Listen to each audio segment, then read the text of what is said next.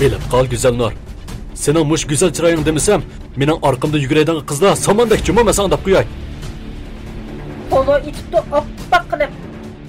Yo'q apa, men ishamayman. Güzelnur hargiz bunday qilmaydi apa. Bundaq kunga qog'ich o'libdi kessam bo'lmamdi. Bu mumkinmi apa?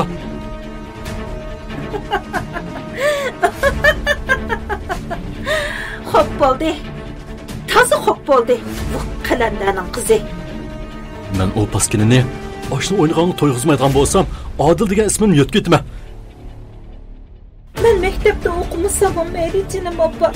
Men nahiyaga berib oshxonada qochib pul topsam bo'ladi oppa. Sen yo'shirun oshni o'ynagan bo'lsang, men sen ko'zingga ko'z tutib o'ynayman, qarab tur. Mening o uyga intibog'im yo'q jinim oppa. Ayta qanjoq. Sen Merdan degan o oshni yaxshi ko'ramsan yoki menimi? Gap qilalarenti.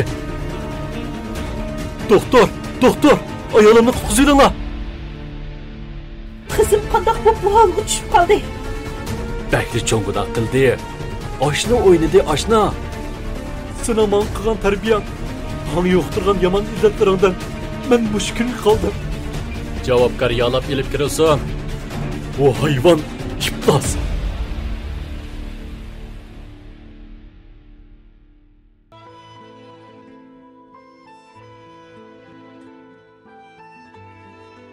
Qadirboy ayoli Xonzoda xonimning tanglik bo'lib jimmida o'tirganini ko'rib, Xonzoda xonim erining gaplarini anglab, ma'qul degan ma'nida beshini lingshitdi. Ertasi tushdan keyin oldingi qitimqi elchilar Qadirboyning chaqirishi bilan yana keldi. O'g'lim, shu qizdan boshqani olmayman deb turib oldi ko'mamla. Deb gap boshladi Qadirboy. Şuna xafa bo'lishmay, biz uchun yana bir qatam berib yiqishgan bo'lsizlar.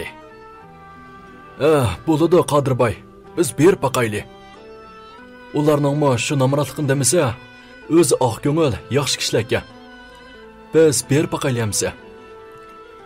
Elchilar shundoq deb sirtqa mangdi. Qadirboymi ularni uzitib chiqdi. To'xtab tursizlar.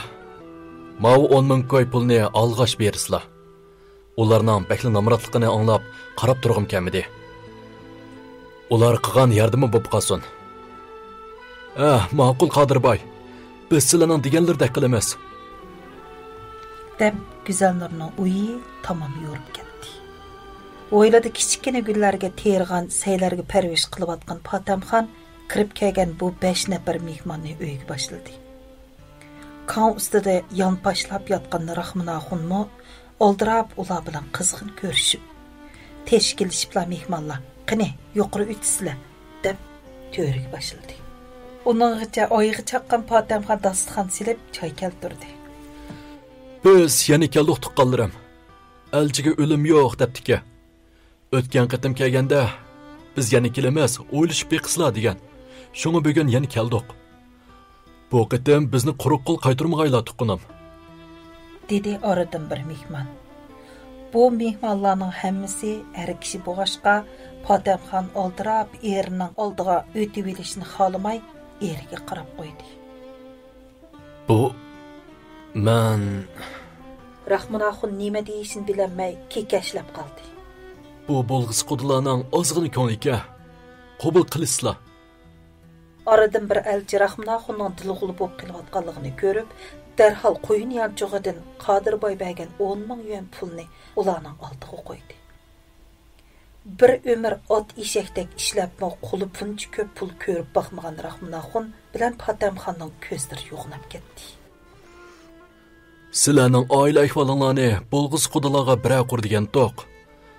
Burundan xayr-saxovat bilan ojizlarga yordam qo'lini sunib kelayotgan Qadirboy bu pulni sizlarga avatdi. Bu pulni elib qilinglar. O'g'linglarning kelgusini o'ylashmasanglar bo'lmas.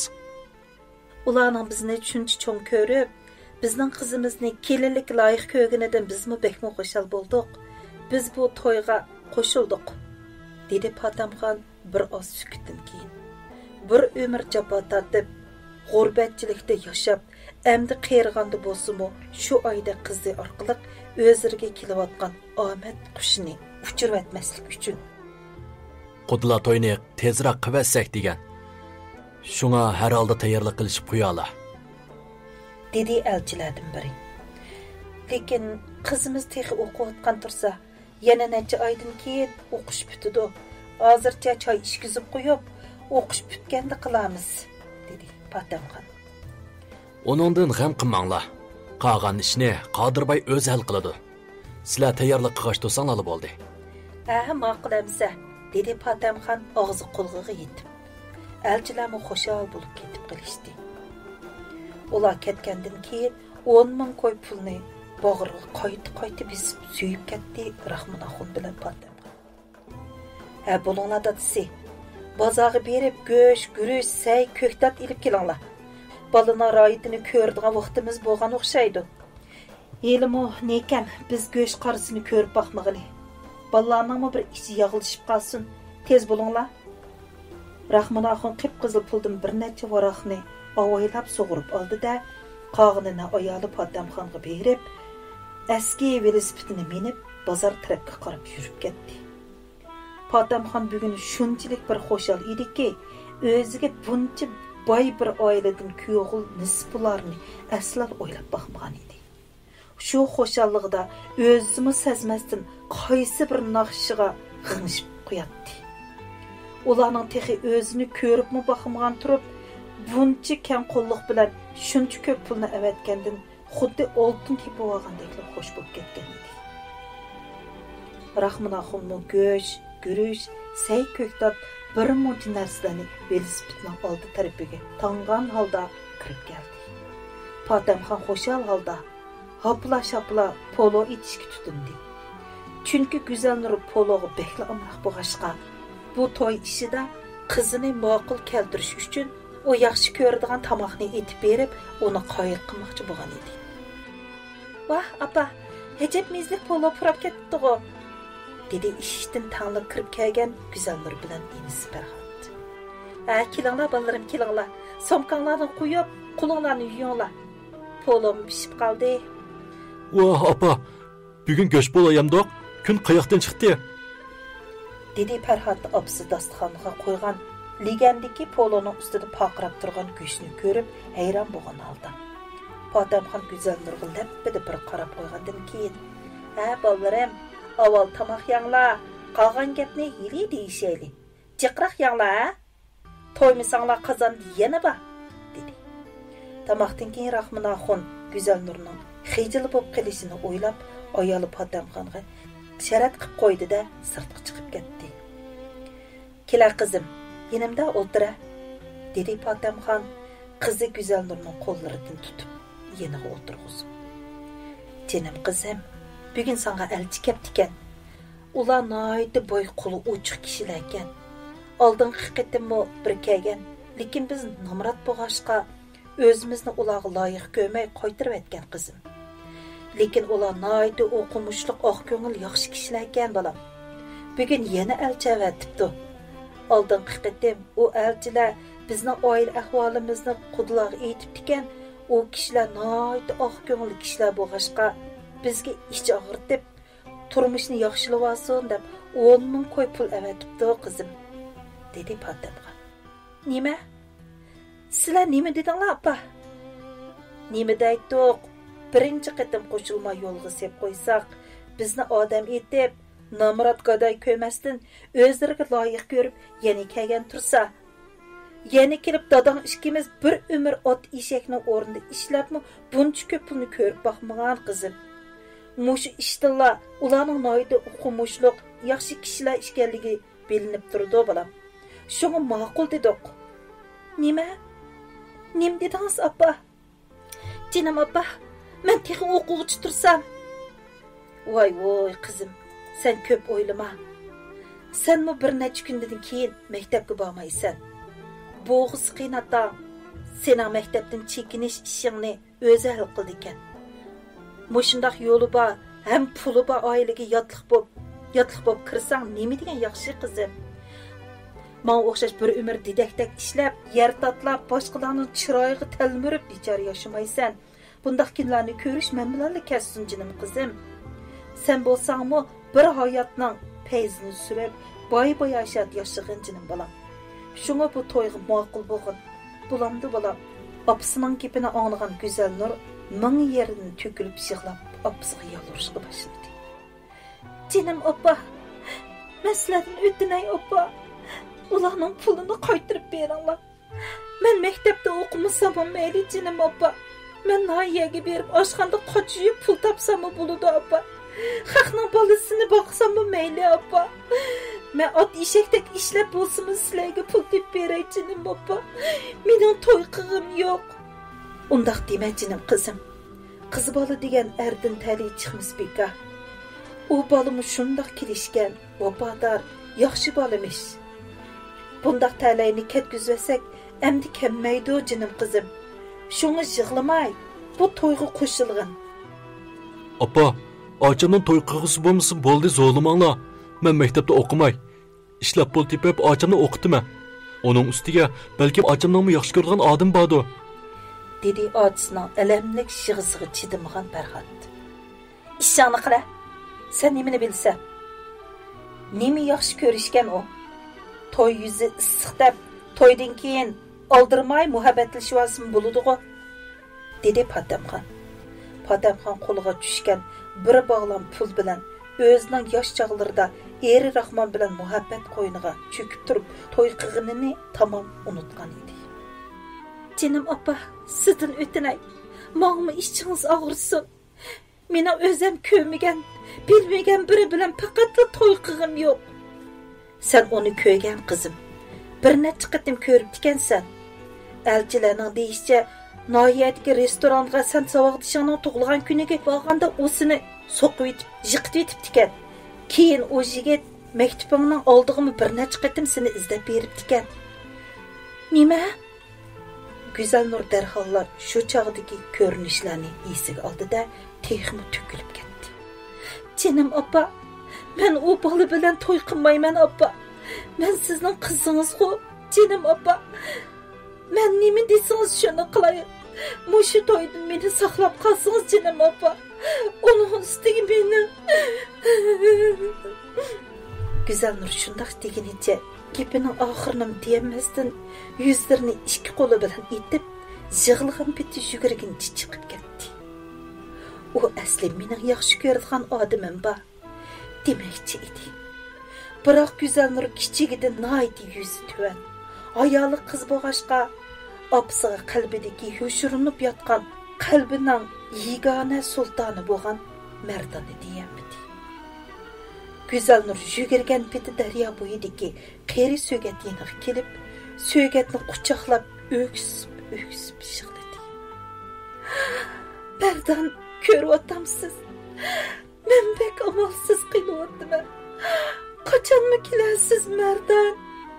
Tezroq kelib, meni bu bosh qaytinchiligidan qutqizsindiraylar. Shiroqlarga ep ketdim Mardon. Siz bilan o'tadigan ish bo'lsa, menga undaq boyliqning keragi yo'q. Siz bilan kunda qattiq non yeb, kabida yashab, Anarxon bilan qurbondek qaqas qumlarda yashasam mayli. Roziman Mardon. Güzel Nurning ko'z yoshi qalbini o'rtayotgan peyxoni to'xtay demaydi. Opa, ocham kirmaydi-ku. Men chiqib qarab boqayman. Bo'ldi, chiqma. Uyga kirmay nega boradi? Yig'lab ich bo'shig'anda kirdi. Sen kirib uyqan uxla, dedi Patamxon Güzel Nurning bu to'yga qo'shilib, o'zini xo'shal qilmaganlik uchun uningga qidib. Farhodmi asta ichidagi uyga kirib ketdi. Patamxon o'zi ko'nglida har qanday qiz to'ydan burun bunchalik nozlandi. Mening qizimni nozlanyotdi. O shundoq birdam yolg'iz tursa, meni o'ziga kuyinayotganligimni bilib, yenib kirdi deb o'ylagan edi. Güzel Nur yig'lab bo'qilib ketayotdi. Ah, nemishqimi tug'ilib qolgandimi? Ey hayot, menga ko'zladigan yana qanday qismatlaring bor. Men Mardonga bergan va'dalarimni buzib, boshqa biriga yotliq bo'lgandan ko'ra, o'libdi tuyshay.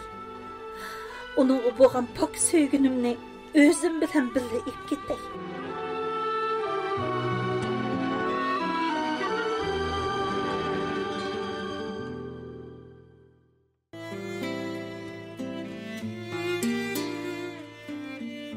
7-ci qism. Şundaq bolğanda başqa birining ayoli bo'lib, uninga xiyonat qilgandan ming yaxshi. Güzəllər qeyri söygən dərəxiga qarab şundaq degandan keyin asta-asta daryo qirg'iga yaqinlashdi. Bu daryoning suyi mushu nahiyaning hamma yersidan kesib o'tilgan bo'lib, dehqonlar yerlarini mushu daryoning yenidila kichik o'stanglarning yenidan kichik eriqlarni hosil qilib, etizlarini sug'urib, kagashga bu daryoning suyimi ozlab ketgan. Daryo ichidagi ikkiga bo'linib ketgan bo'lib, ikki tarafida o'stanga o'xshash cho'nglikda yadila shaqirib suv oqatdi. Daryoning o'tirisi xuddi bir to'p to'kib egizilib o'tilgandek ikki qoshdiki suv oqadigan yerdan ozroq egiz edi. Güzəllər daryoning tövənki tarafidagi o'stang shakllik daryo suyiga qarab birdan turdi-da, ko'zini yumib o'zini suv otdi.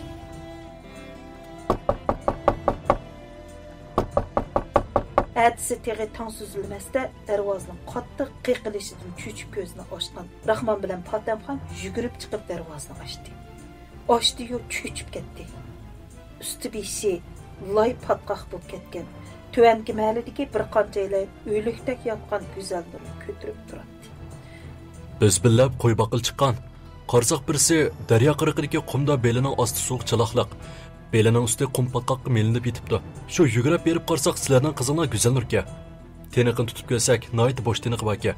Yurak so'qotidi. Shunga elib keldik. Dedi oradan biri. Voy jinim bolam, jinim qizim, nemishqimi bundaq ahmoqlik qilgansan deyman. Bu yer yatqizinglar bu yerga. Deb o'yladiki kichik karvatni ko'rsatdi Rahmon axun. Biz qaytaylik Rahmon aka. Qo'yilmasdik shu yer qolgan. Bo'ladi bolam. Rahmat sizlarga. Ko'pdan ko'p rahmat. Undaq demisizlar Rahmon aka. Bu qancha kishdi? O'zimizning singisdeklig'i bu qiz. Deginicha chiqib ketdi o yigitlar. Tez bo'la bolam. Qo'shnimizning o'g'li Mehmetni chaqirib chiqqan. Bizni doktorxonaga olib qo'ysin. Tez bo'l. Mana dada, mana hozir. Deb yugurib chiqib ketdi Farhod. Ayal o'tmayla Farhod bilan Mehmet hoylig'iga kirib keldi. Voy Rahmon aka, Güzəlnurga nima bo'ldi? Buni keyin deb berafkam. Tez bo'l, uni doktorxonaga olib boraylik. Ma'qul. Dedi-de Güzəlnurni qo'l-qo'lchi ko'tarib, eshik oldiga to'xtatib qo'yilgan mashinaga soldi-da doktorxonaga yurib ketdi. Bu bemorning oila tavobatlari bormi? Ba doktor, men bor. Men opsi. Ular shundaq deb tangli doktorning oldiga yugurdi. Bemor xatardan o'tib ketdi, lekin suvni bekchiq ichib olibdi. Biz hozir ichib olgan suvni naycha orqali tatib otdik. Texi hushiga kelmadi. 1-2 soatda hushiga kelib qilishi mumkin. Shunga bemor hushiga kelgandan keyin uni yaxshi oziqlantiringlar. Bir mezgil yaxshi orom olsin. Doktor shundaq degunicha ishxona tarafga ketib qoldi. Opsi, sen uyga qaytib tomoqqa qashtirgan. Güzəlnur mag'dur sinib ketdi. U hushiga kelsa, men uni ilib borman. Sen berib, suyuq salang bir narsa qashtirgan. Ma'qul dadisi. Patamxon qaytib ketdi. Rahmon axun Güzəlnurning karvati yanida qiziga qarab o'tirdi. 2 soatdan keyin Güzəlnur asta ko'zini ochdi-da, o'zini qo'llarida ukul esilgan holda bemor karvatida ko'rdi. Dadisi Rahmon Güzəlnurning qo'lini tutib mo'gdab qolgan edi. Men o'lmabdiman-da, deb o'yladi Güzəlnur. O tönügün kashda o'zini daryoga otganda, daryoning suyi uni birdamda holsizlantirib, o'shidan ketkizayotgan edi. Güzəlnur eqib tövəndagi mahalliga kelganda, daryo suyining qirg'oqdagi qumga yenik urilishi bilan Güzəlnurni ishtirib daryoning qirg'iga chiqib qo'ygan edi. Dada! Güzəlnurning to'limi zayib ovozda chaqirganligini anglab, asta beshini ko'tardi Rahmon axun. Qizim, o'shunga keldingmi? Dada, men bu yerda yotmayman. Men chiqib ketaman. Chiqib ketayli dada. Nima deydigansan qizim? Sen hozirla o'shunga kelgan tursan. Bu hozir chiqib kelsa qandoq bo'ladi? İşlim bo'lmaydi dada. Chiqib ketayli. Rahmonaxon naiti yuvash adam bo'lg'ashqa qizning kepini ijramay ma'qul bo'lib, uni asta yurib chiqib ketdi. Keldinglarmi? Patamxon Güzel Nurga qara qo'ygandan keyin eriga qarab shundoq dedi. Ha, tez bo'l, ko'p sal. Güzel Nurni yotqizayli. Mana. Eshing pishqan bo'lsa akamamsa, qizimizni qo'sqa ichib ketdi. Güzel Nur zo'rlab turib, bir piyola oshni oralida ichib tugatdi. Oradan 2 kun o'tib, uyga Odil qo'lida bir muncha so'g'i salomlarni ko'tarib kirib keldi. Patamxon tonimaydigan, ammo noiti so'latlik bu yigitni ko'rib, quda tarafdan tuqquni bo'lsa kerak deb o'ylab, uyga boshladi. Güzel Nur uyga kirib kelgan Odilni ko'rib, chiroyi o'nib ketdi. Odil Güzel Nurga bir qarab qo'ygandan keyin: "Ha, opa dada, tinchlikmi? Men Odil. Tunugun Saodishi Oyguldan Güzel Nurning og'rib qolganligini bilib, yo'qlab kelay deb kelgandim. Bu oz bo'lsin mening ko'nglim. Onunğa quvvat bo'ladigan yemekliklarni ip keldim. Amsi men qaytay." Voy balam, birdan o'ltirib ondan mening. Men tamoq etay. Tamoq yeb ketding balam. Ha, tamoq yegili boshqa kun kelama. Mening bijirgan azroq ishim botdi. Ha, ma'qul balam. Vaqtingiz bo'lsa pat-pat kelib turasiz balam, ha? Ma'qul cho'qim kelama. Rahmonaxon bilan Patamxon Odilning darvoza oldigacha uzib chiqdi. Ham egilib turib xo'shlashdi. Odil ular bilan xo'shlashib, darvoza oldiga to'xtatib qo'ygan hayvatlik qora rangli santanasini haydab ketib qoldi. Patamxon uyga kirib, Odil akagan narsalarni ochdi. Uning ichida go'sht, meva-cheva, xonim qizlar quvvat talqini degandek narsalar chiqdi. Yana meva-chevaning orasida chiroyli so'lovga o'ralgan 5000 yuan pul turibdi. Odilning akagan meva-cheva, go'sht, yana 5000 so'm pulni ko'rgan Patamxon o'ziga xuddi osmondan tushib qolgandek kelgan bu bo'g'iz ko'g'ildan olamchi suyunib, yana qizni qandoqli qilib bo'lmasin bu to'yga bo'ysundirish qaroriga keldi. Ham asta qizning qishig'i kelib, qo'lini tutib turib: "Jinim qizim, qara, bu yigitga so'lat desa so'lat bor, pul desa puli bor, mehr desa mehr bor, ajoyib esil bor ekan. Bu bolni ketkizib endi sana bunda omad nada turibdi qizim. Unda qilmay, mening gapimni bir anglab qo'ygan. Ona degan hargiz o't ishtirmaydi. Men bu sening baxtlik, hech narsadan qiynalmay bayashat yaskan deyman jinim qizim." Bu gapni anglab Güzel Nur lomjim demay jimmi deyapti. "Qara qizim, mushkamgacha dadam ikkimizning tatmagan jafolarimiz qolmadi. Lekin oyda bir qitim go'sht qarisini ko'rimiz yo ko'rmaymiz. Bunda g'urbatchilik turmushdan zerikmidingmi qizim? Bunda g'urbatchilikda o'tish biz bilan kessin. Sen bo'lsangmi bir rohat farog'atda yashag'in qizim. Uning bilan to'y qilsang, kunda 3 vaqtlig'iga go'sht tomoq yeysan, kiyim kechakdan g'am qilmaysan. Xonlarning kunini ko'rsan, baxting ichiladi qizim. Şuna cahillik qilmay, bu to'yga qo'shilgan bo'lamdi. Yo'q apa, yaxshi yeyman, yaxshi kiyman deb qilchilikmi ko'nglim yo'q. Birsiga yotliq bo'lsam qandoq bo'ladi? Unda qilsam qandoq baxtli bo'lg'dekman apa. Bilsangiz jinim apa, men o'zim yaxshi ko'rdigan biri bilan to'y qilib, kunda qattiq zog'ir yeysammi, eski kapida yozsammi ham roziman. Shunga men bu to'yga hargiz qo'shilmayman apa. Çang qilib tekkan shaplaqdan Güzel Nurning ko'zidan o't ketdi. U odam bo'lmaydigan aqlsiz. Texn nomusmi qilmay, opangga mushunday gaplarni qilg'dak bo'ldingmi?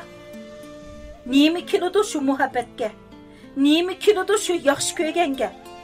Deb baqa, shu yaxshi ko'rishni bilgili bo'lamdi. Keygili bo'lamdi. Senda oydek chiroy bo'g'ini bilan qilchilik aqling yo'q ekansan. Yelimi men sana gap qilmayapman. Mavqa bakallan ishlamay oldiq kelgan baxtni qabul qilmoqti yo'q. Uylanmagan narsangga o'zingni so'g'i it. Bizni oz sarasimga soldingmi? Deb baqa qini. Ma'g'u mayli. Ma'u dadangga bosimi iching og'risi bo'lmamdi. Bichar dadam og'riqchan turib, yoz kunlari issiqni issiq demay, boshqalarning etizlarida ishlab, kechalab boshqalarning etiziga suv quyib, boshqalarning o'tinini yerib, qish kunlari xalqning qorlarini tozalab, mushu uyini beqib keldi. Mushu g'urbatchilik turmushda qo'soqqa osh tepib yeb, uchanlarni yalang'och qo'ymay, ufqoq ishkanlarni o'qitib, mush kamgacha kamligimiz osonmi bizdan, ha? Voy sen qiz bola turib, nimandaq vafosiz bola bo'lding deyman. Sen o yaxshi ko'rdim deb, bizga o'xshash gadoylardan birini tepib tegib o'tirasın. Ufqoq o'g'il bola tursa, uni o'qitamay, mush namratlikni uni miras qoldiramdi. Sen mu uning otisi-ku. Adil bilan to'y qilsang, bizmi sening soyangda yaxshi kun ko'rib, ufqoqni o'qitib olsak, yaxshi emasmi? Seni 18 yil beqib cho'ng qilganimizdan ajriga mo'shinchilik javob qaytarishga yaramamsan zodi. Voy issit. Bundaq kuyimi yo'q vafosiz bolani boqqicha, bir ikki paqlam beqib qo'ygan bo'lsam, mo'sh kamgichi tug'ib, avib bir qo'tan bo'lmasmidi? Voy sho'rim qurg'oy. Qaranglar dadisi, biz bola boqmay, bir vafosizni beqib cho'ng qibdimiz. Potamxon bir tarafdan so'zlab, bir tarafdan yig'laydi. Rahmonaxon bo'lsa, Alloh burun yigit tarafdan pulni ilib, xashlab qo'yg'ashqa amalning yo'qligidan ayolining gaplarini qo'llagandek beshini ichiga tiqib o'tiradi. Go'zal Nur opasining gaplarini anglab, o'ziga o'zi. Opa meni necha qag'ab bo'ldi. Mardonni desam, ota-onamni qo'xishib, ulardan kesam bo'lgan o'xshaydi. Ular menda rozi bo'lgan ish bo'lsa, men bu to'yni qilay. Mardonga bo'lgan sevgimni abadga, ko'nglim qasrga ko'miydi. Opa, jinim opa. Bo'ldi jinim opa. Men qo'shildim. Sizlar mendan xo'sh bo'lsanglar, meni boqqan ajringlar rozi bo'ldigan ish bo'lsa, ma'qul. Men deganinglarni qilay opa. Bechora qiz shu gaplarni deb bo'libla, opasining quchog'iga beshini qo'yib esatib yig'lab ketdi. Bo'ldi qizim, yig'lama. Bizmi sana yaxshi bo'lsin deymiz, jinim qizim. Qandoq ota-ona o'z farzandining baxtini o'ylamaydi. Aradan bir hafta o'tib, uyga yigitning opasi boshchiligidagi elchilarning atiki kunda keldiganligi xabarini elchilardan biri ib keldi. Ats Odilning opasi Xonzoda alayda Yevropa shiypangidan tikilgan jin ko'zlar qo'yilgan ko'ynagini kiyib, xuddi bir esil to'yga mangdigandek yasinib, nurg'un esilzodi do'stlarini, qo'lim qo'shni ayollarni ilib, cho'ng bir avtobusni bir kunlik bo'lib, necha 10 dasturxonni ko'tarib, qizning uyiga qarab yurib ketdi. Qizning uyini boshqalardan so'rab yurib tepib kelib, avtobusdan tushibla o'zining uyining ko'mirxonasichilik aptimi yo'q bu uylarni ko'rib, peshonasiga paqqida birini qo'ydi-da, boshqa ayollarga qarab so'zlab ketdi. Voy onimay, ko'rdinglarmi? Mushu uydimi odam o'ltiramdi deyman, ha? Ayollar Xonzodaning gapini anglab paraqida kulishib ketdi. Kulki ovozidan ularni kutib olish uchun tayyorlik qilayotgan Potamxona ularning qo'lim qo'shnilari, do'stlari darvoza oldiga chiqib, egilib turib salom qilib ularni kutib oldi. Bu holi cho'ng ayollar bu uyga kiribla, bir-biri bilan kusurlashib, vaqirishib, sit kulishib o'tiradi. Ularning oldiga choy keltirilib, issiq qo'ri ko'tarilib turgan o'tir chinidan suiqash bilan polo keltirildi. O ayollar tomoqni tuzuk yemayli bo'ldi qildi. Chini qachilar yig'ishtirilib, dasturxon ustida pika bo'lganda, Xonzoda xonimning yanida o'ltirgan qo'shnisi Pashaxon o'rnidan likkida turib, asta dasturxonni ichib, ostidagi qizg'i to'yliq olgan kiyim-kechak, oltin zibu-zinnatlarni tunishtirishga boshladi. Mau Yevropa chekindan tikilgan chapan popayka, mau Italiyaning danglik markali xraxtdan tikilgan ko'ynak, mau Yevropadan import qilingan chekanda tikilgan ko'yniki, mau bo'lsa danglik markali 4 jup oyig'i. Bu bo'lsa Guangzhouning seriq oltin, qizil oltin zibu-zinnatlari. Dasturxon ular egagan non, qanit kizak, tatlı turumlar, qizning to'yliq bo'lgan kiyim-kechak, oltin jabduq, har xil zinnat yana oz suy uchun berilgan 30 ming yuan pul bilan liqqida to'lgan edi. Oradan ayollarning ichidagi bir ayol. Voy Patamxon, qizlarni shuncha chiroyli yasab tug'ibdikanlar. Nimaga qarab tuqqan bo'g'itlar? Xonzodaning o'g'li Odiljon qizlarning shu chiroyiga kuyib qolmagan bo'lsa, do'stim Xonzoda sizlar bilan qudi bo'lmaydi. Uy ichida abjash kulki ko'tarildi. Buni ko'rib Patamxonning kichigidan billa o'ynab cho'ng bo'lgan do'sti Oltingul Patamxonning yuzini bir ko'tarib qo'yish maqsadida eg'iz ochdi. Adash chiroyli qizingning qutlug' kunini men so'rab olay degan edim. Oltingul shundoq deb Xonzoda xonimning oldiga esil bir kiyimlik chekkanni qo'ydi. Buni ko'rib Oltinguldan shuncha suyungan Patamxon o'ng qo'lini maydasiga qo'yib turib, "Rahmat adash" deyildi oranda. Patamxonning boshqa do'stlarimi bizmi so'rab olayli deyishib, Xonzodaning oldiga yana bir necha parcha raxtni qo'ydi. G'oli ustun Xonzoda o raxtni qo'lining kayni bilan istirib, qapoqlarini suzib qo'ydi. Patamxon buni ko'rib, do'stlarining oldida to'limi o'ng'aysizlandi, ham yuragi jig'iga tiqib qoldi. Mehmonlarmi uzab ketdi. Xonzoda yo'lda kagach qoqshab ularni tillab ketdi. Xap, shuncha to'yliqni, shuncha pulni qo'ysak, sizlarning oldinglarda mening qilchilikmi yuzimni qilib qo'ymadi. U pesqadaylar. Qarab turish, bugun menga qilgan hurmatsizliklaringni asta qo'lingga tutqizmaydigan bo'lsam. Boshqa ayollarmi bir ishga eg'izdan gap qistirishib, uni echitib, ochig'ini sasanga chiqaribdi. Ayollarmi obdizdan tushibla uylariga qaytdi. Xonzodaning ochig'i bilan kirayotganligini ko'rgan Qodirboy. Qanday xotin? Yaxshi berib keldinglarmi? Nemini yaxshi bordi? Bir patman narsani ko'tarib olsa, do'stlarimning oldida mening yuzimni qilib qo'ymadi. Qo'lo etibdi oppoq qilib, oldingi qitim o'zini o'ngishib olsin deb 10 million pul o'vatgan. 10 kilo go'shtlik asli bo'lmamdi qo'loni. Do'stlarimning oldida inovatim yo'q bo'ldi meni.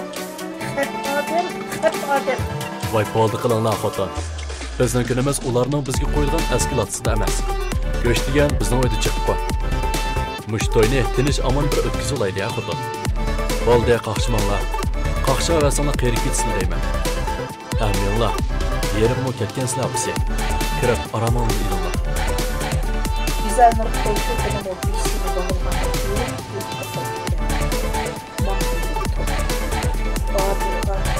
Güzel bir manfaat. Güzel. Oppoq to'y ko'ylik ichida do'stlari bilan o'tirgan Güzel bir tushdan keyin yigit taraf kelib qizni qo'ldan ichida ko'chirib keldi. Yigitning uyiga ko'chirib kelinib, uyiga kirishni kutayotganda Odilning do'stlari. Voy adash, sen bu bosh nima emaskansan juma? Ajoyib güzel bir qizni evopsan mana. İşini qila, ko'zim qizirishyapti-da. Dedi yigitlar qarab ko'rishdi. Kashtik mashra boshlanib, qiz yigitlar jup bo'lib, suv tozi degan chiqib chiqardi.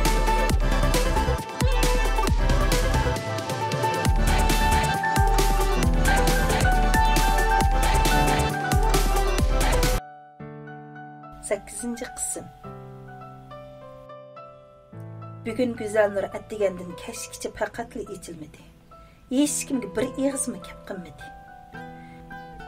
Yanada o'ltirgan eri Odilning o'rniga xiyolan Mardon almashtirib baqatdi-yu, turibla o'zi xiyoldan o'zi andikib, Odilni ko'rib yurgi pichoq bilan tilgandek ichyapti. Odil bo'lsa bugun boshqacha xo'shal bo'lib, Güzelnurning ko'zini uzalmay qoldi.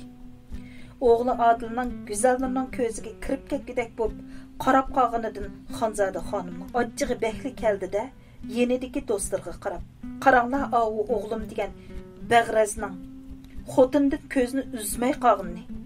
Voy Xonzoda adash, namratligini hisobga olmaganda-ku ajoyib paridakli chiroyli qiz ekan bu. Undaq chiroyligini qo'ya, chiroyi bo'lgan bilan mijozi qandoq buni hech kim bilmaydi. Anlamagansan? Chiroylikda vafo yo'q hozir, dedi Xonzoda xonim Güzelnurga ko'zlarini olaytib turib. Kashlik mashrab tugab, qiz bilan yigitni hujursiga akirib qo'yishdi. Güzelnur qaytmoqchi bo'lib turgan inisi Farhodni quchoqlab, xuddi o'zini birga ep ketishini umid qilgandek bir hozir yig'lab ketdi. Ertasi tong texi yo'rimasda o'rnida turgan Güzelnur Apsi Patamxonning o'rgatgani bo'yicha o'ylig'i chiqib supurgini qo'lga oldi-da, hamma yoqqa qarashni boshladi. Tunigun xijilchilikda beshini ustunmi ko'tarmagan Go'zalnur bu o'yini, bu ho'ylini hozir ko'rayotgandek hamma tarafga ko'z yugurtib chiqdi. Bu ho'yla cho'ng bo'lib, tegiga gulli xish yotqizilgan, qarma-qarshi ikki tarafli qilib silingan. O'ylisi bukkida gullarga to'lgan ajoyib hashamatli qoro edi. Go'zalnur ho'yla aramni pokiz surtib, gullarga suv quyib etib, o'jirsiga kirib ketdi. Buni ko'rgan Xonzoda Go'zalnurning ho'ylini supurib etibla, hech ish qilmay malikadek yashaydiganini bilib, ichiga bir jin kirdi-da, tunugunki to'yning qoch-qutisini yuvayotgan oila xizmatchisining yeniga kirib dedi. Ayshamxon acha, bu uyda ishlaganingizga necha yillar bo'ldi. Endi bizning uyga kelin keldi. Sizningmi aram oladigan vaqtingiz bu bo'ldi. Shunga o oylik ish haqingizni beray. Endi uyda kelin bo'lgandan keyin bu ishlarni o'qisin. Sizmi asta uyingizga qayting. Ha, ma'qul Xonzoda xonim. Mavqatlarni yuyitib, anda menga yemsa. Bo'ldi, mav ish haqingiz. Hozirlamang. Ha, ma'qul emsa, men sumkamni ilib chiqay. Ma'qul emsa Ayshamxon acha. Voy balam, ayolingni chaqirsang, bir tamoq assin. Mav qo'saqlar ko'kirg'il ne vaqt, dedi Xonzoda xonim. Ayshamxoncha, u tamoq atmamda. Ayshamxon endi sizning uyga kelin keldi. Men uyimga ketay. Yelimi bu uyda xili uzun ishladim. Mening aram oldigan vaqtim bo'ldi. Endi ishlayolmayman deb ketib qoldi balam. Bu gapni anglab Odilning Go'zalnurga ichi og'rib qoldi. Lekin opsi bilan tang bo'lolmaydi. Odil ayoli Go'zalnurni tamoq etishga chaqirdi. Bu qizni opsi Potamxon maktabda yaxshi o'qitman deb mushkamgacha ancha bek tamoq etishni o'rgatib ketmagan edi. Bechora qiz opsi Potamxonning qo'liga qarab, o'g'ini vog'ini bo'yicha lag'man etib, qiynatni oldiga ekilib qo'ydi. Voy, nimanda ochiq lag'man bu? Siz tamoq etishni bilmamsiz? Mening ochiq yemaydiganimni bilib turib, qasddan men bilan qiyishqiningizmi bu? Qiynamsi Xonzoda xonim lag'manni bir cho'ki yepla shundoq deb qoqshig'inicha taqsidagi lag'manni Go'zalnurning oldiga ishtirib etdi. O'zingiz yang bu lag'manni. Eshakdek turib bir qozon oshnimi o'nglab etamigan. Xo'pman opa, men buningdan keyin diqqat qilay. Voy apsi, bu osh nada chiq bo'ldi. Lag'man deganni mushundoq ochiq tush yemamda. Shuni deyman opa. Bu lag'man nada ochiq bo'ldi. Shunda o'xshab turib mana. Xo'pman jinim opa, men sizga osh kirib beray. Go'zalnurning bu uydagi kunlari mana mushundoq har qanday bir ish qilsa, qiynalisining ko'ziga sig'may o'tib, to'y qilg'iniga mochika oychi bo'lib qoldi. Odil ishkirga bir so'di bilan ketib qoldi. Odil ketgandan keyin bechora Go'zalnurning texmi azobli kunlari boshlanib ketdi. Go'zalnurni to'xtamay ish qisalatdi. Qilgan ishidan qusur topmay qolmaydi. Bu qizning Xonzoda xonimning oldidagi gunohi bo'lsa, faqat namrat. Gadoy bo'lganligi.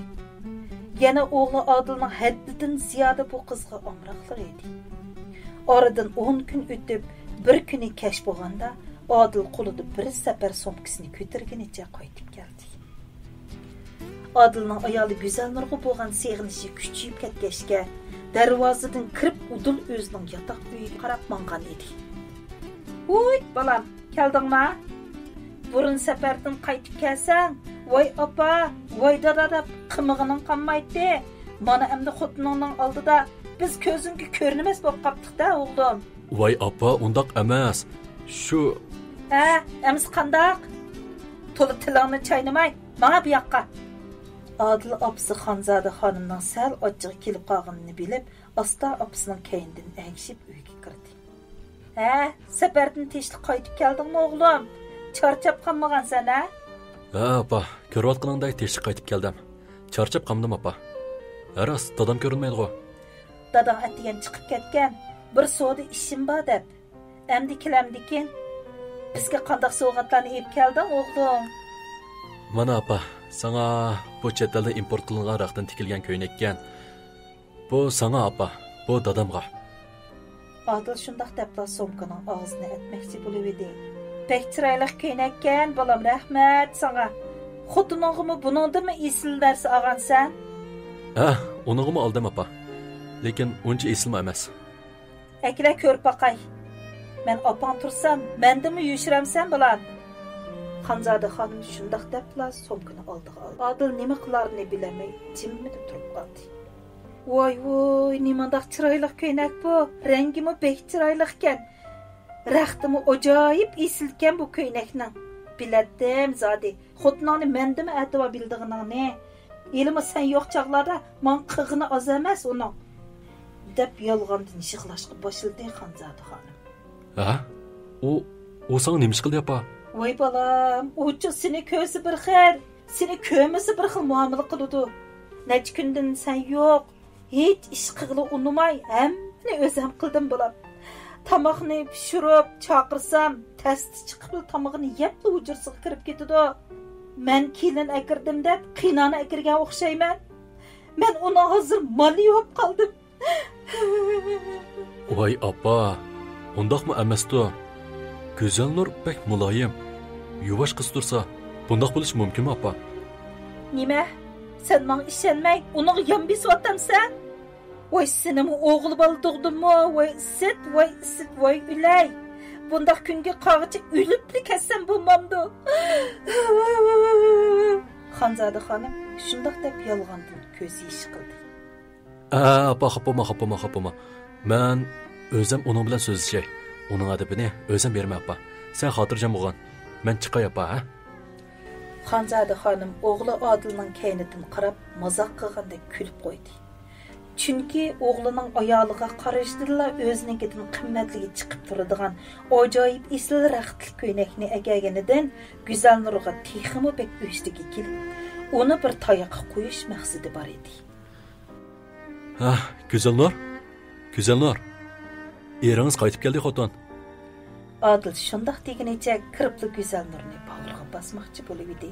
Güzel Nur Adilni maydisidan yeni ishtirib turib, qaytib keldingizmi? Tinish aman kelyapsiz. Men issiq suv tashib chiqay. Yuzingizni yuvib oling.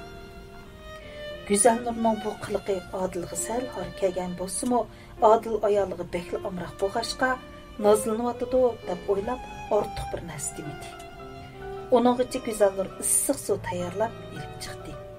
Adil yüz gözünü yuyup bulup ayalının güzel çırayığı qarab. Olturun almuqam. Qarang ha. Eringiz sizga nima yap keldi? Adil şundaq deb Güzel Nur eng amraq qizil ranglik tulumu çırayliq köynekni ilip ayalının quluğu tutqizdi. Oy, rahmat sizga. Bunda qilmasingizmi bo'ladi? Bekli javob ketibsiz. Voy siz degan mening xotinim to'singiz. Bu degan qanchalik ishdi?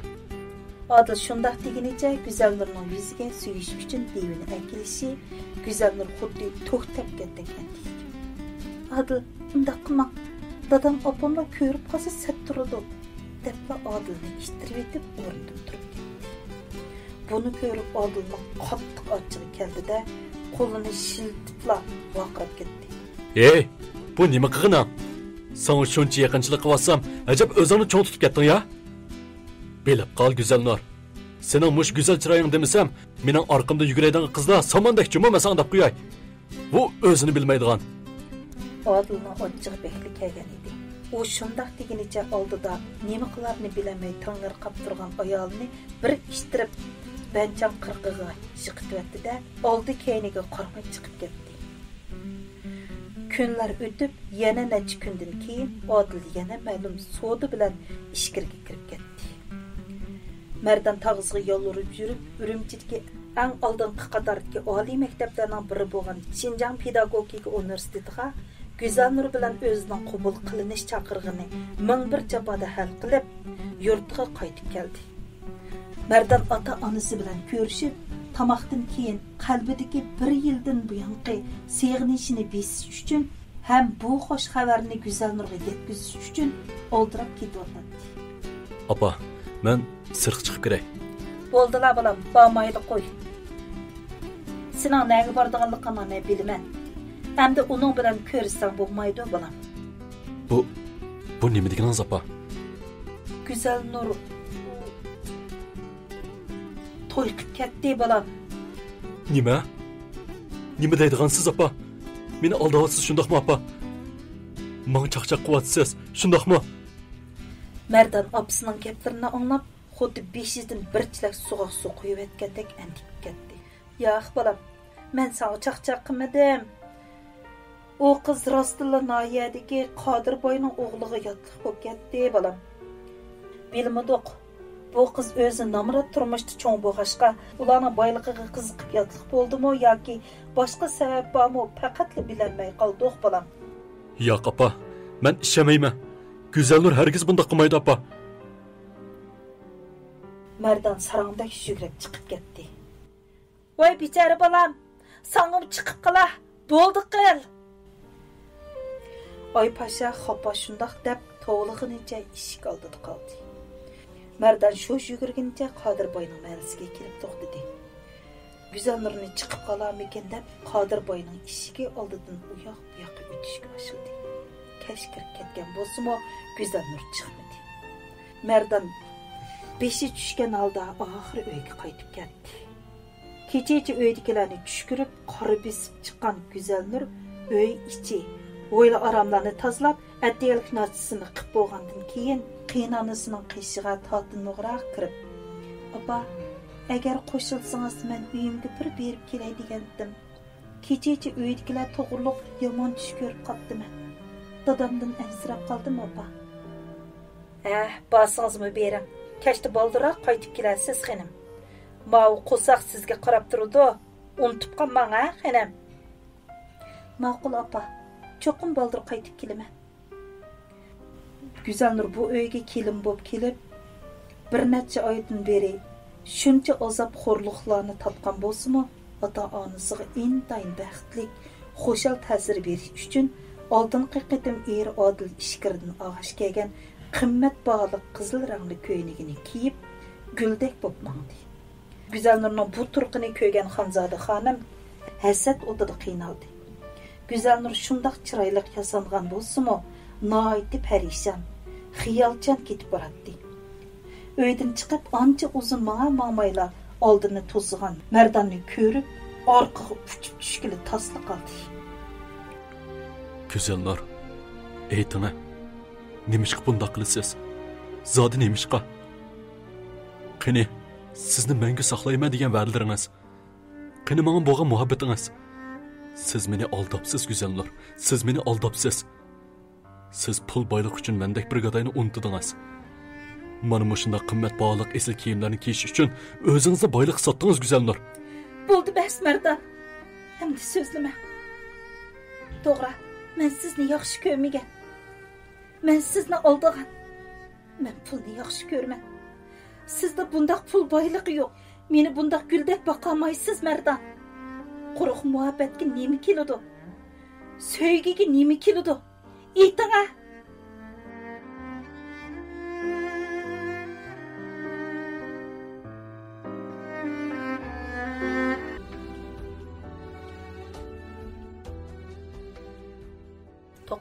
Qism.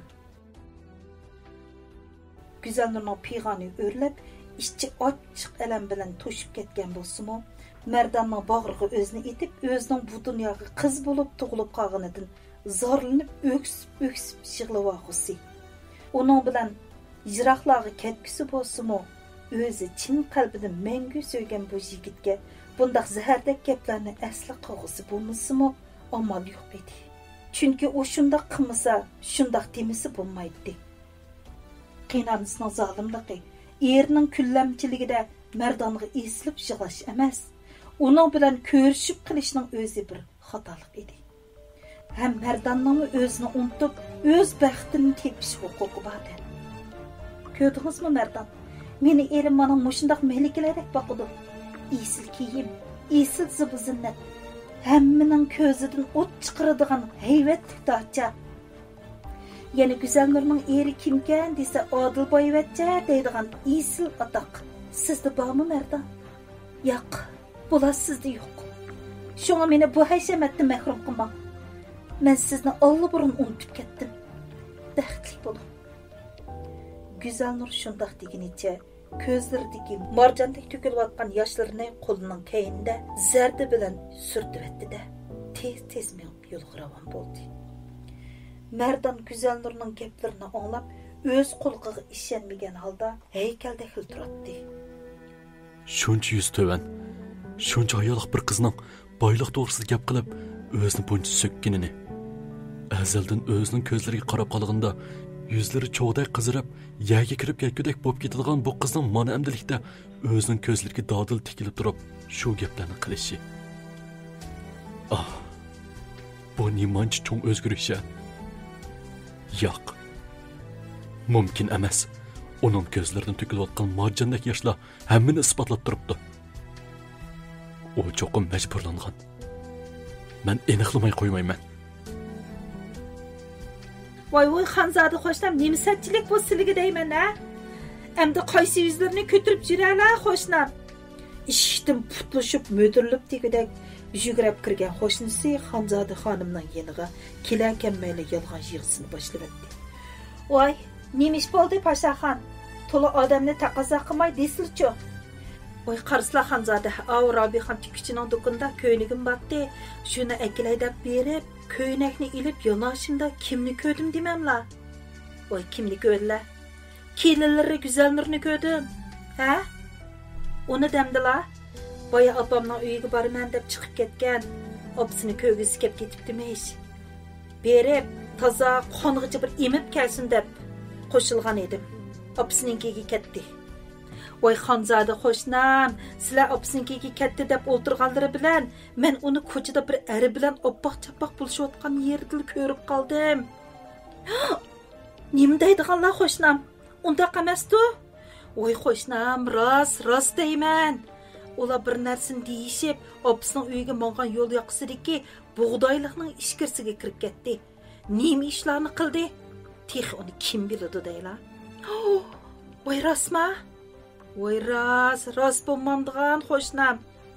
Silini chaqiray desam, o'zlarim billa qiyirganda mush putim og'rib tezroq mang'amayman.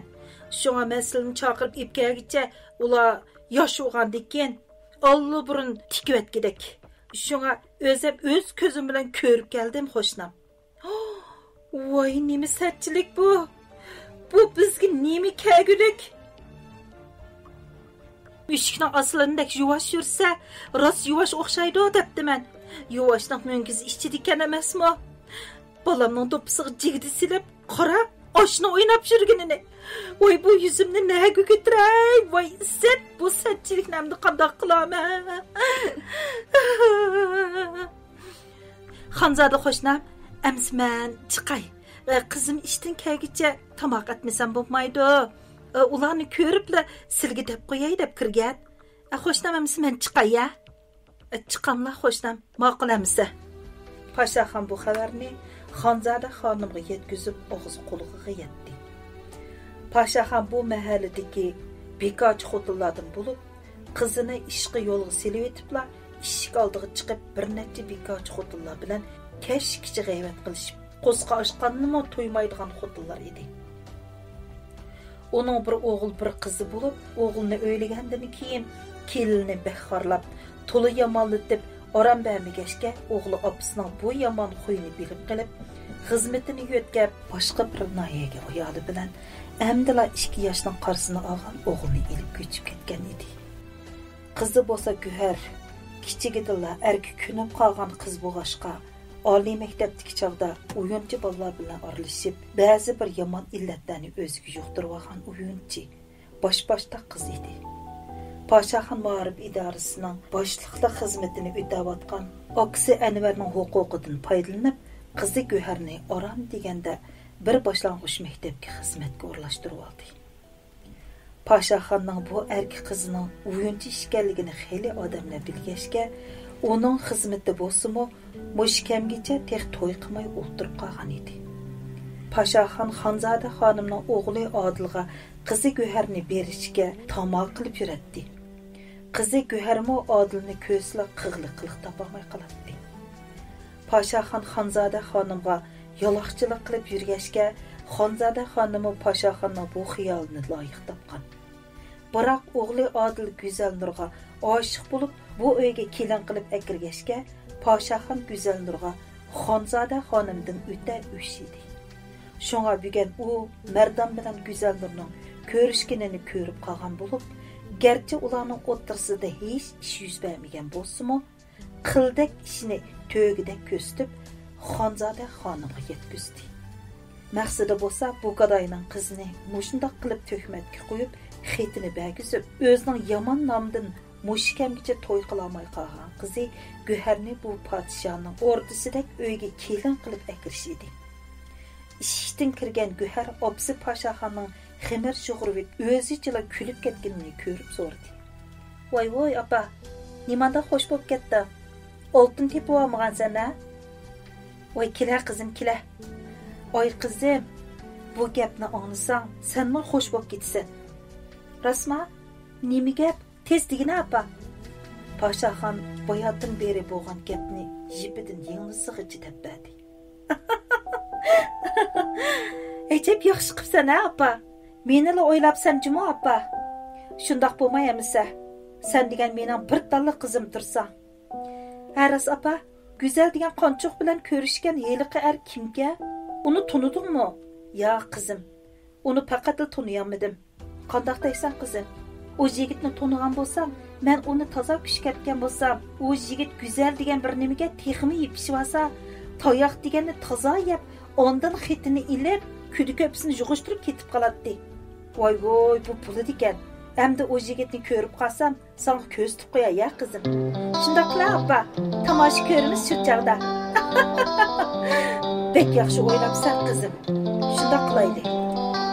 Go'zal Nur shamolda hiylik tasdigini ichida rivojini kirganda, o'dul qiynalishni fikirdi. Xonzoda xonim yonboshlab yetib uxlab qolgan edi.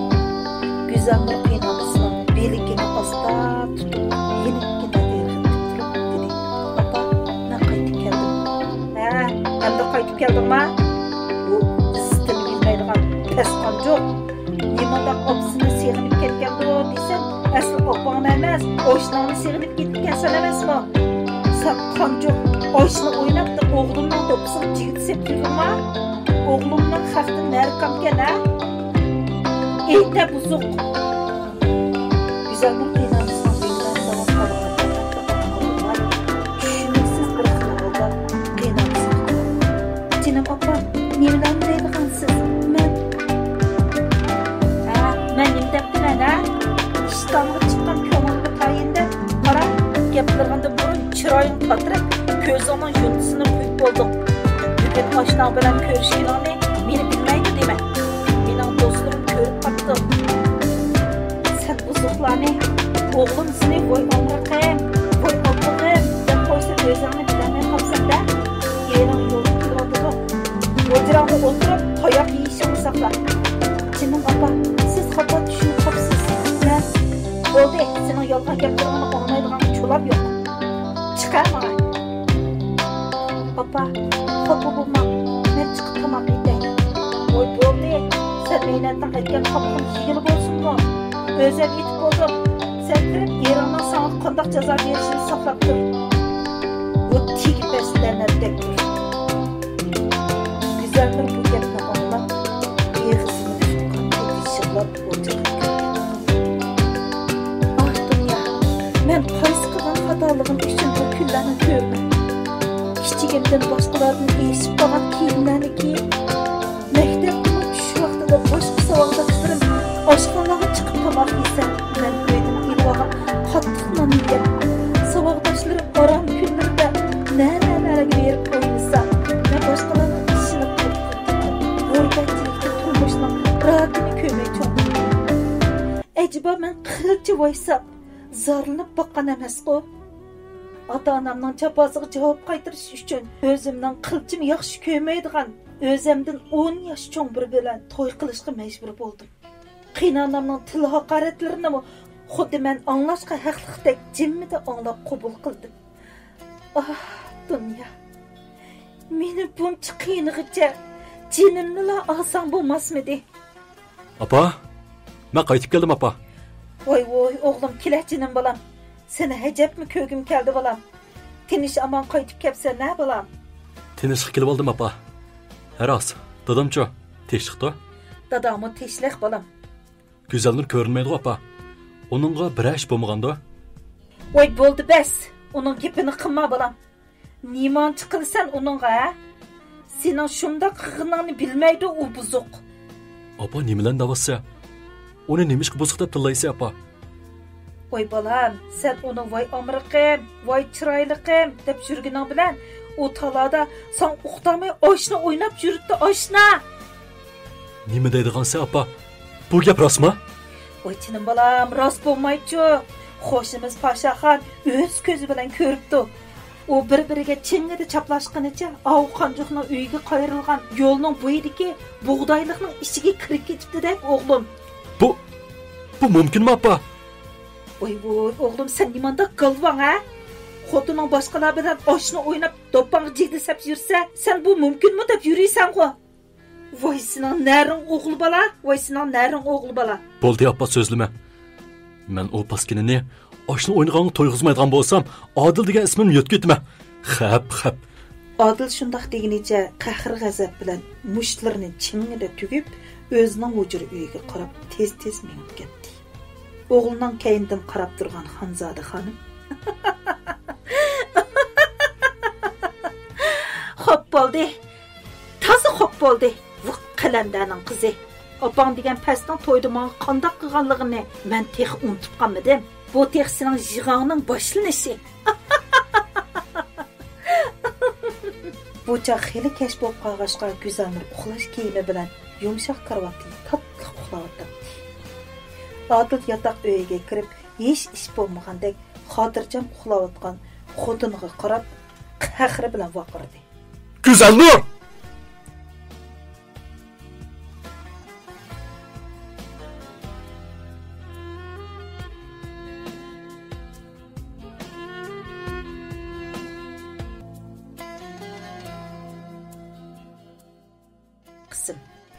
Bu qattiq vaqrashdan cho'chib uyg'onib ketgan Güzelnur qo'rqinish bilan eriga qaradi. Bu rasvo. Mangziga chang'ida qilib qattiq tekkan shaploqdan yuzlari o't bo'lib, yenib ko'zlariga qorong'ulik tiqilib, burundan o'qdab qon ketdi. Eyta buzuq, nimanga nima yetmay oshna o'ynaysa?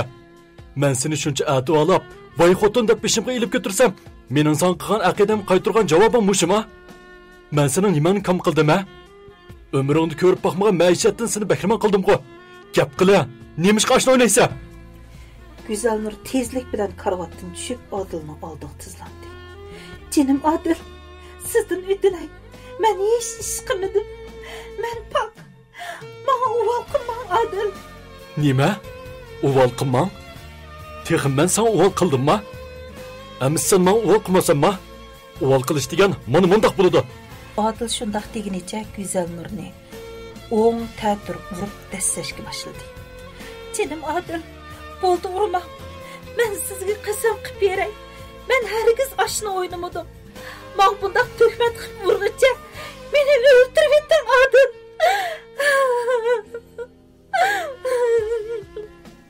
Bir haza urib hargan Odil o'zining putlariga mahkam esilib yig'layotgan Güzelnurning chechidan kappida qilib tutdi-da, begiz qo'lini uning ko'zlariga tiqavatgida qilib shiltib turib. Sen oshna o'ynasang men o'ynayman ekanman. Bilib qol qanjoq. Mening kaynimdimi? Neni setanlar voy Odil deb yuriydi. Sen yo'shirin oshna o'ynagan bo'lsang, men senga ko'zingga ko'z tutib o'ynayman qarabdi. Odil shundoq deginicha qo'liga Noja markali kichik telefonni oldi. Shu zamonlarda mana bu shundoq Noja, Samsung degandek telefonlar yangidan taraqqiy qilib, foylar, savdogarlar ishlatdi. Odil boyvachchimi shuning qatorida edi. Vay, Nurbiyama, neredesiz jinam? Dedi Odil Güzelnurning oldida o'tirib, uning ko'ziga mixtaq qadilib turib. Telefonning qo'sh ovozi ejitilgan bo'lib, telefondan bir qizning shundoq inchika, ergilab aytgan nozliq ovoz anglandi. "Hey, Odilmisiz? Ha jinim, nekam siz meni unutib qolg'ili? Xotini elib-elibla meni bek tashlab etdingiz jimo jinim. Bugun qandoq bo'lib eslab qoldingiz Odilboyvachcha?" Nurbiya, undaqmı deb ketmang jinam. Sizni qandaqmı unutib qilay? Bugun ko'nglim bak yerim. Shunga siz bilan ko'rishkim kelib qoldi. Bizni uy kelalamsiz?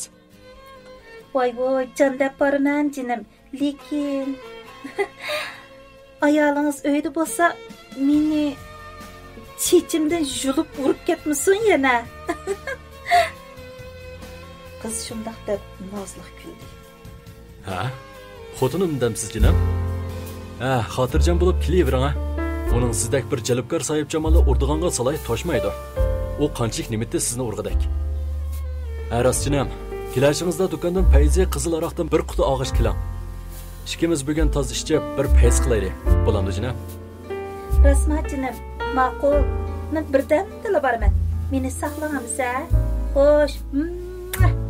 Shundaq deb telefonda Odilni birini suyayotgandan keyin yana shundaq nozliq kulganicha telefonni qo'yibdi. Ko'rgansa, u buzoq. Oshni deganicha, bo'lon puchqoqda o'ynamaydi. No'chang bo'lsa mendek o'yna. Odil shundaq deganicha ochirdi.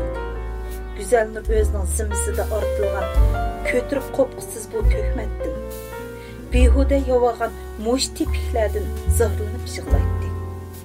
Toyuqsuz sayragan telefon her ikilimizin xiyalını bölüvetti. Telefon bayağı kız Nurbiyadan kelgendi.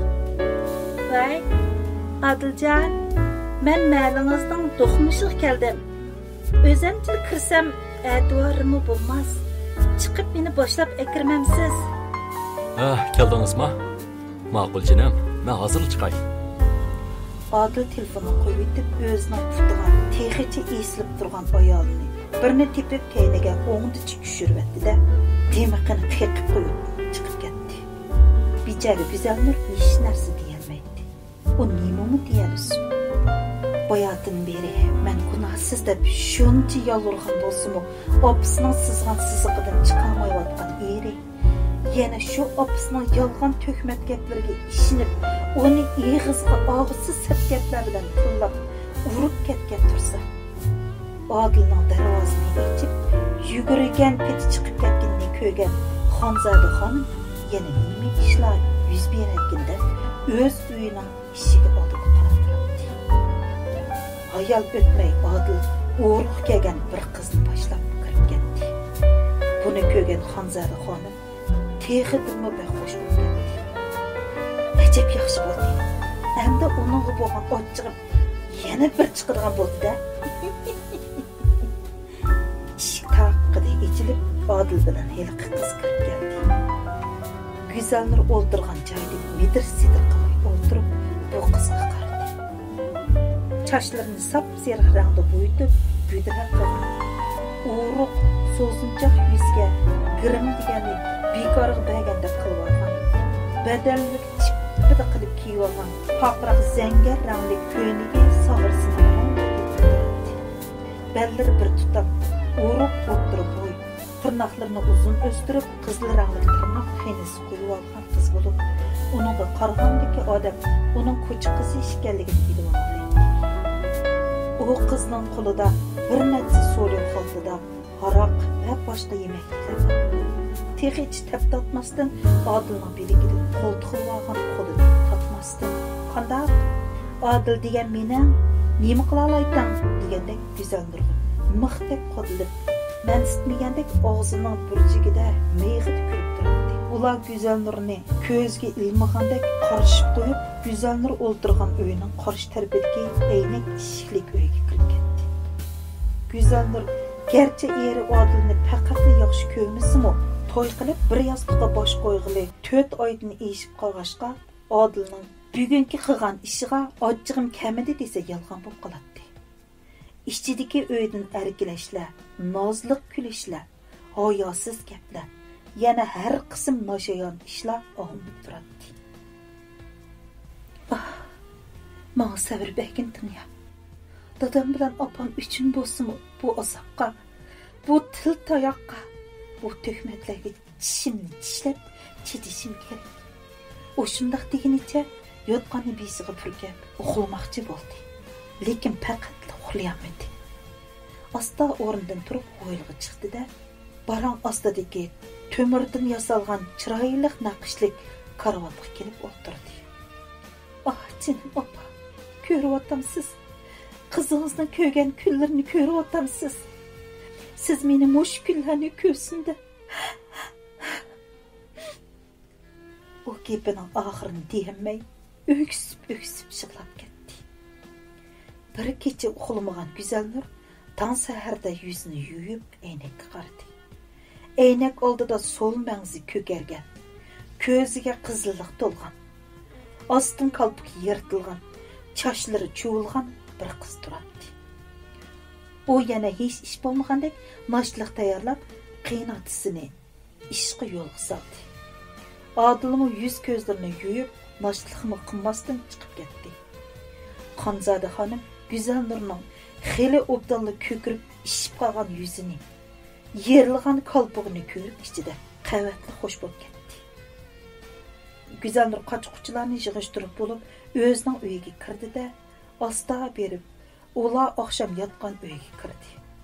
Yiliq tulgijinmi qachonlarda chiqib ketdikin tang yo'q turadi.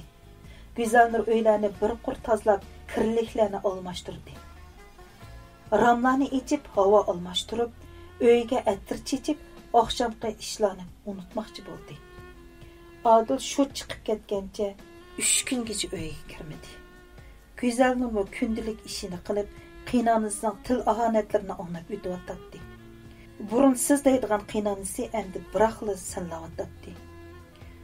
4-kuni kechda Adil ishini echib kirib keldi. Bu chaqda Güzelnur qiladigan hamma ishlarni tugitib bo'lib, xuddi kichik boladek tugilib yotadi. Eri Adilning kirganini ko'rgan Güzelnur asta yotgan yeridan o'ri bo'lib, o'ltirib bir tal o'rilgan uzun qora chechini qo'lida o'ynab o'tirdi. Adil asta penchangning qirg'iga kelib o'tirdi-da. Kel, yanama kel. Güzelnur asta surilib uning yeniga keldi. Adil Güzelnurning texchi ko'k izi sho'p beti turgan yuziga ish og'ritgan nazarda birdam qarab turgandan keyin men seni mush bir qatim kechirib o'tay. Endi uning bilan qayt ko'rishganini ko'rib yoki anglab qoladigan bo'lsam, qolganini o'zing bil. Jinim Adil, men ishini men sizga 100 kilometrdan hech qanday ish qilganim yo'q. U mening 11 yillik savodishim edi. Faqat tasaddibiyle uçuruşup qilib, birden paranlaştık. Lekin siz o'ylagandek ish yo'q, Adil. Bo'ldi. Endi o gapni qilishmayli. Endi uning bilan ko'rishimsanli bo'ldi. Adil shundoq deb Güzelnurning ko'kargan yuzlarini asta siladi. U har qancha qismi bu oy yuzlik chiroyli ayoliga faqat chidamaydi. Kechidan qilayimqan tush ko'rib yotamgan Fatamxon qizidan ansirabdi. Oğlu Ferhatni Güzelnurning uyiga avatdi. Güzelnur uksi Ferhatni ko'rib, xuddi o'zini qutuldirib, yiroqlar ep ketgili kelgan shafoatisini ko'rgandek, uning eslib yig'lab ketdi. Nim bo'ldi acha? Yuzlaring ko'kirib, lavlaring ishib ketibdi-ku. Adil akam urgan o'xshamamdi. Agar u urgan bo'lsa, menga acha. Men uni o'ldirib etman. Ferhat gerçi emdila 16 yaşının qarısını alğan bolsa-mu, kichikligiga qaramay, atisini qo'g'dash g'ayrati bor yigit edi. Yo'q, ukam, meni u urmadi, o'zim yiqilib tushdim. Yolg'on gap qilma acha. Men sening ining turib, ko'z yoshlaringdan men bilmamdam. Seni cho'qim u uribdi. Shundaqmi? Enisining gaplarini anglab, Güzelnur texmi peshqilib ketdi. Jinim ukam, ma'qul. Men sana hemmeni deb beray. Lekin menga dadam opamga qat'iy demaslikka va'da bergan. Ma'qul acha, ma'qul. Men va'da beray. Hargiz demayman. Güzelnur enisidan va'da elib olgandan keyin bo'lib o'tgan hamma ishning birini qoldirmay so'zlab berdi. Otisining beshiga kelgan bu ishlarni anglagan Farhodning tishlari kirishib, mushlari g'azabdan tugilib ketdi. Opa, ukam, sen xotirjam bo'l. Adilni men o'bdan bilaman. Uning ochiq yomon bo'lgan bilan ko'nglida yomonligi yo'q. O'zim oldirmay tushundirib yarashib olaman. Ma'qul acha. Sening yuzingni qap, men bu ovu qiynonang degan jodiga gap qilmayman. Yana avu opisining sizgan sızqınımı atlayamaydigan erin degan lamzalligimni gaqmayman. Lekin yana bir qattam mushundaq ish yuz berib qolsa, men hargiz hozirgidek qarab turmayman. Haras ukam, sen heligicha vaqting bo'lsa savoqdishing Marbiyaning oksi Mardan bilan ko'rishib, uning deb qo'ygin. U endi meni ikkinchi izlab kelmasin. Bo'lmasa Odil mendan yana xafa bo'lib qoldi. Ma'qulmi ukam? Ma'qul acha. Men uni izlab berib, gaplarimni yetkazib qo'yman. Shunda qilib ular xo'shlashib, Farhod uyiga qaytdi.